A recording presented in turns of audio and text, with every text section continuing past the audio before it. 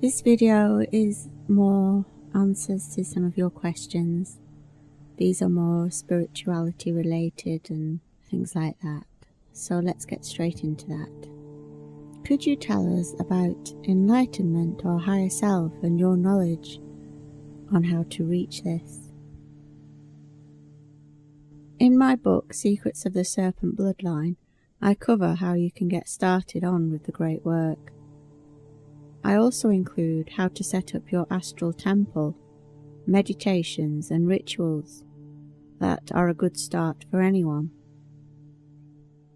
If anyone wants to do a structured course where you are given a plan to help you move through each level, then I suggest applying for the church seminary.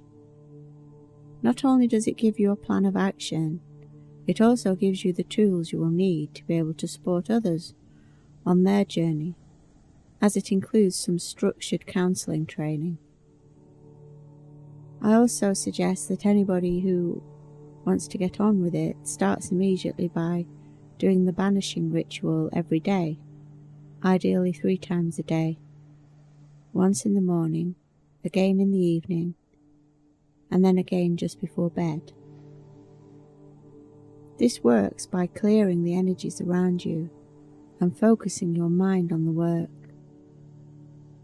It can help with clarity and gives you focus that takes you inside rather than being misled by things outside yourself. I will link to a banishing ritual you can learn below. If you are serious about this and want results, you do need to put effort in. You can't just listen to someone else talking about it and then suddenly become illuminated. The great work isn't for many, it is only for those who are truly ready. If you feel you are more advanced and ready to do a more involved and intense ritual, the Magdalene Rite is now available to you. I will link to where you can get that book below. Are there multiple ways to attain enlightenment apart from the Great Rite? Completing the great work is what leads to enlightenment for both males and females. But the females don't need to do the Great Rite to gain illumination. The Great Rite is the completion of the great work for males only. Only a priestess who is already illuminated and trained can perform the Great Rite, with a priest who has also undergone training and reached the level of Magus. What degree of enlightened consciousness can a man receive without the Great Rite? I mean, can they attain certain heights? When a male becomes a priest, he is at the level of Magus. The Great Rite takes him to Kether, which is full illumination. Each level below that is a spiritual attainment, and each level brings with it different qualities needed for the final step. No step can be skipped. All are important for your grounding.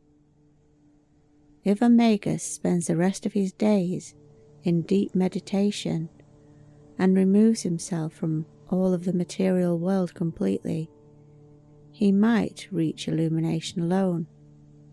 It is very difficult to achieve and takes a lot of dedication for the rest of his life, and even then he isn't guaranteed of getting any results.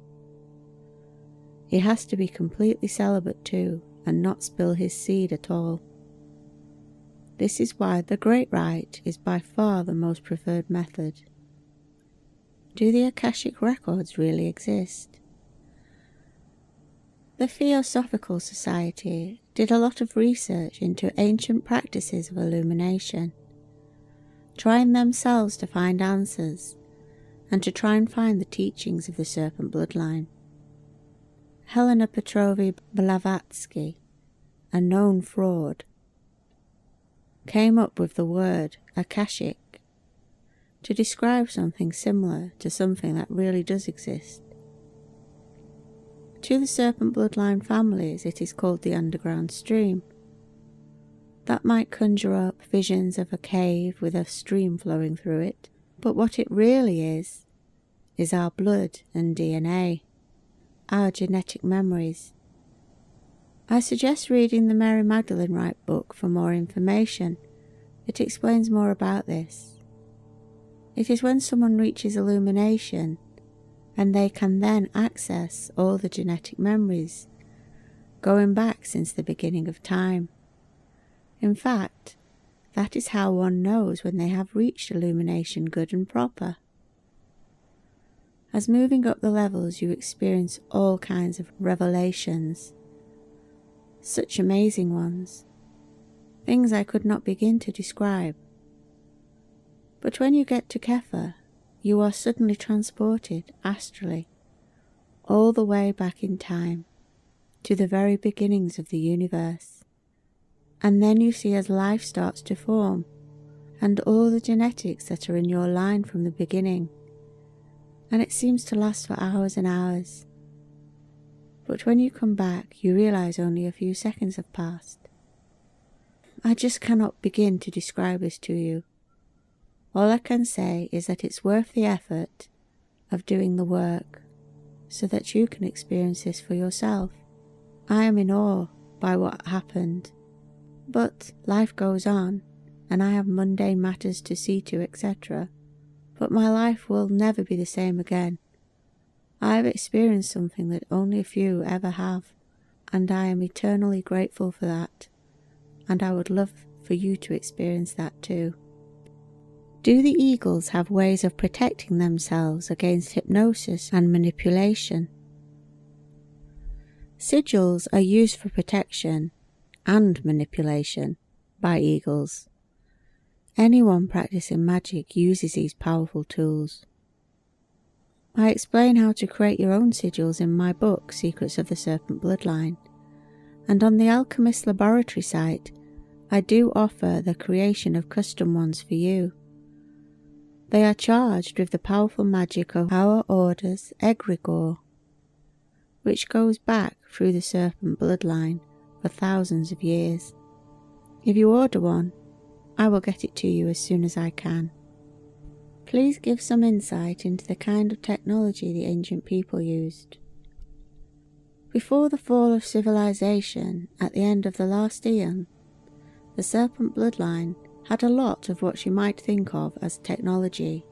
To the simples it would have seemed to be like magic, and the eagles coveted this technology, and them getting their hands on it and using it to gain power and control is what ended the eon very badly. We basically went back to the Stone Age after that, and the serpent bloodline decided it was for the best to keep the technology hidden from that point on, because they feared it would be used again to bring about destruction. Some of the technology I have seen when going back astrally is a liquid fire that would burn for as long as you wanted, and water could not put it out. Only an acidic formula could put it out. This meant that there was always heat and light, but in the wrong hands it led to total destruction.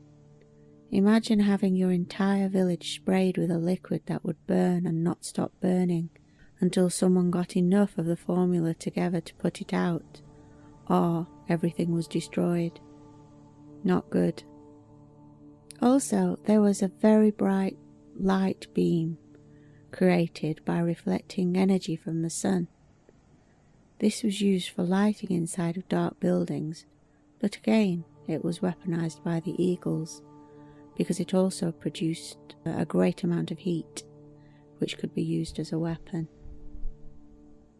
Water power was also used, and modern humans were eventually given this technology back in the form of water wheels, and of course wind power was used for windmills. This is a clean, safe technology and couldn't be misused easily. However, modern wind turbines are anything but environmentally clean or safe. Sound was also used. The serpent bloodline had advanced knowledge of acoustics and would use sound to move objects. and the buildings they designed as temples were made to amplify chants during ceremonies without the need for microphones. The sun's energy was used in many ways. They had solar batteries, but they were not made from toxic substances like they are today. The serpent bloodline, even hundreds of thousands of years ago, understood thermal processes and would make pigments and glues for painting. They also understood anatomy and had a vast array of herbal remedies for all kinds of ailments. This knowledge was passed on down the generations, and all those hundreds and thousands of years ago, they even invented the first instruments and music when they made the first flutes and drums. These were used for celebrations, entertainment, and ceremonial purposes. They created beautiful, complex sculptures and statues to adorn their homes and temples too. Not bad for prehistoric humans that up until recently we were told are stupid cave people who couldn't even talk. So that's going to be all for this video. My next video is coming soon, so you know what to do. And if you like my videos and haven't got my books yet, then please do. They explain so much and are very helpful on your path to come to know thyself.